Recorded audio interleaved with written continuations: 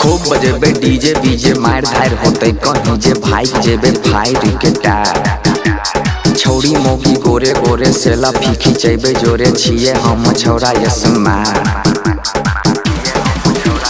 खूब बजेबे डीजे बीजे मार धार होते कहीं जे भाई जेबे फायर के टार छौड़ी मोगी गोरे गोरे सेल्फी साइड के खिंचबे जोरे छिए हम छौड़ा यसमार।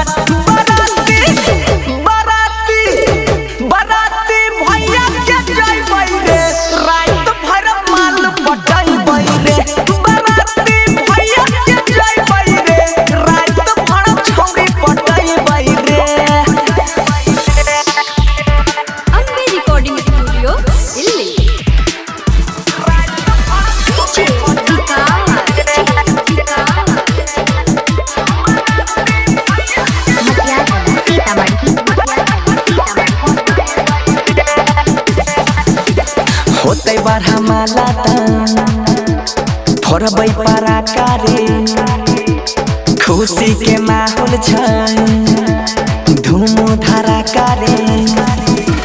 होते बारह माला फोड़बै पराका रे खुशी के माहौल छै धूम धड़ाका रे।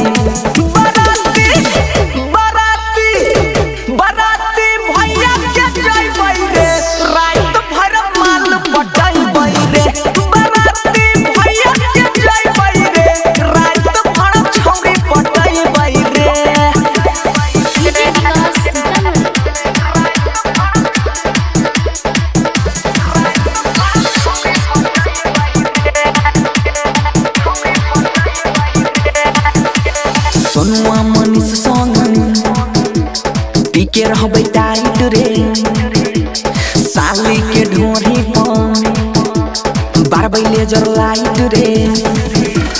सुजीत बंसी संग पीके रहबै टाइट साली के ढोरी पर बारबै लेजर लाइट रे।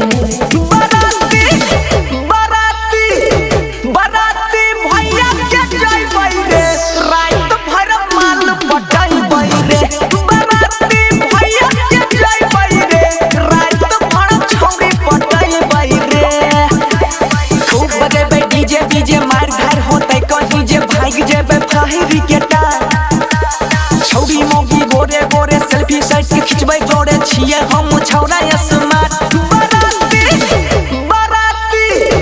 बराती भैया के जइबै रे रात भर माल पटाइबै रे। बराती भैया के जइबै रे रात भर छौड़ी पटाइबै रे। Recording studio Delhi.